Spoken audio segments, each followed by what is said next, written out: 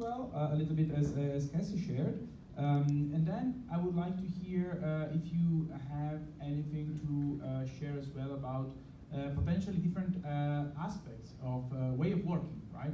Do you feel things are different, or there are some similarities, differences, something that you like better here versus the US, or the other way around? Yeah, thank you. So yeah, maybe I worked in consulting for a bit at Deloitte for about 3 years. Then I transitioned to investment banking for about 3 to 4 years. And I was in that corporate life in the US. Right, I really wanted to get involved in social impact, as I mentioned before, and I was very passionate about it. So it basically just took me a 5-minute phone call to pack my bags, jump on a flight to Entebbe, and that's exactly what I did. And that passion, and you could tell it from Kessie as well, like that passion brings you so far, right? I had very humble beginnings when I moved to Kampala. You guys know Makerere University.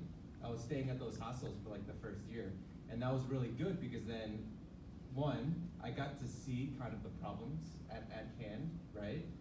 And then I got to better develop the business model to come up with something, most importantly, sustainable, right? Something that's gonna outlive me, something that's going to be here 5, 10, 15 years down the line, right? So that's extremely important. And I would say my journey in the very beginning was, I was lost, I made a lot of mistakes, and then that's okay.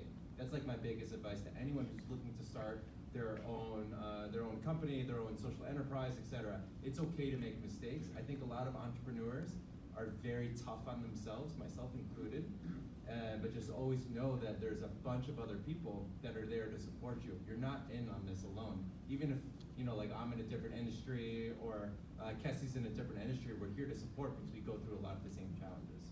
So make mistakes, and if you do make mistakes, make them fast, learn from it, and move forward, right?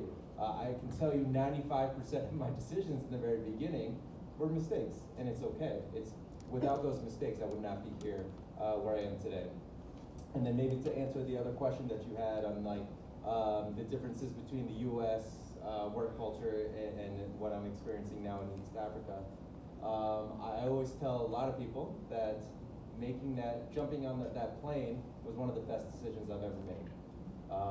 And I still believe that to this day, because one, I'm passionate about what I did, or what I currently do.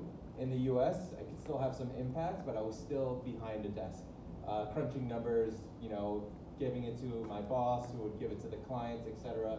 I wasn't really seeing the impact on the ground, whereas where I currently work, I get to see all the way down to our customer.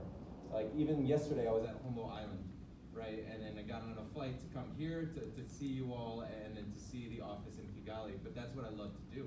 I love to see the impact. Every single decision that we make as an organization, we get to see the impact on the ground. And I think that's really, really important in an organization, especially, I think we were talking about work culture. That's something I take very seriously at our company, at Spouts.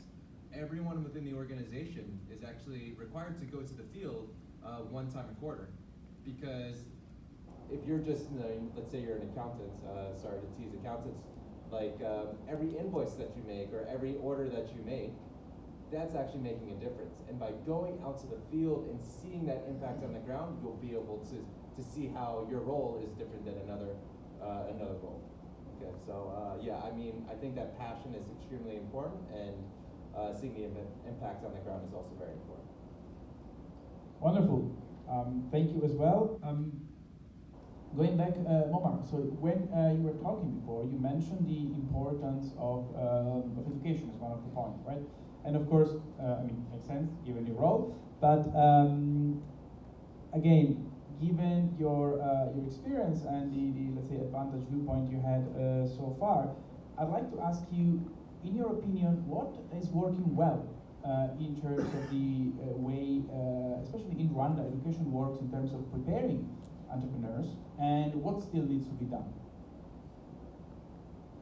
So I think I've mentioned already some of the key breakthroughs, I think, or the key steps that Rwanda and the government here in particular are taking, including creating the supportive ecosystems such as the tech hubs that mentioned before, and attracting some of the leading universities in the world to set up shop in Rwanda and make sure that there is sufficient supply when it comes to opportunities for young people, not just in the country but across the continent, to come to Rwanda and study and have degrees that are globally competitive and that are comparable to degrees that you would get anywhere else in the world.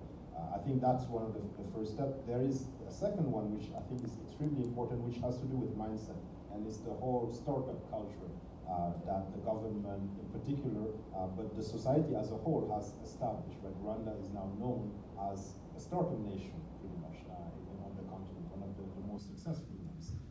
There are a lot of sandbox environments, whether it's in specific sectors or policy-wise. I was actually just yesterday at a workshop with the Ministry of ICT, and they were talking about many of the policies that they're introducing to make it easier to test things, right? And this is across institutions in the country, whether it's regulatory institutions such as RURA, other institutions, they are open to trying and testing things. It's no accident that a company like Zipline is thriving here. I do remember in Senegal when drones started, I had a conversation with a high-level police official. I will not name the rank or the name or anything, but in the Francophone culture, things are very different, and this actually is a testament to why Anglophone Africa is a little bit ahead in terms of entrepreneurship. In the Francophone culture, it's very top-down, right?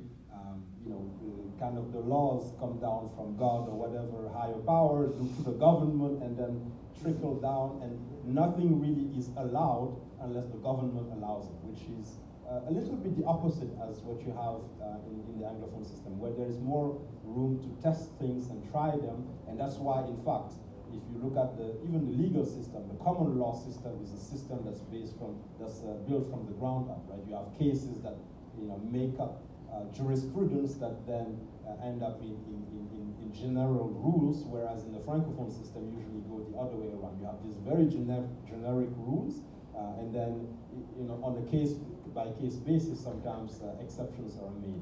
And so that, even in commercial law, ends up giving certain types of results, and I think one is definitely more suited to entrepreneurship than the other. And so those are some of the cultural and sort of ecosystem reasons why there is a big change, and some of the changes across the continent happen at different speeds based on political will, on the receptiveness of the environment, on the vision of the leadership, political vision, and political willpower, as they say usually. And I think East Africa in general and Rwanda in particular are very lucky in that respect.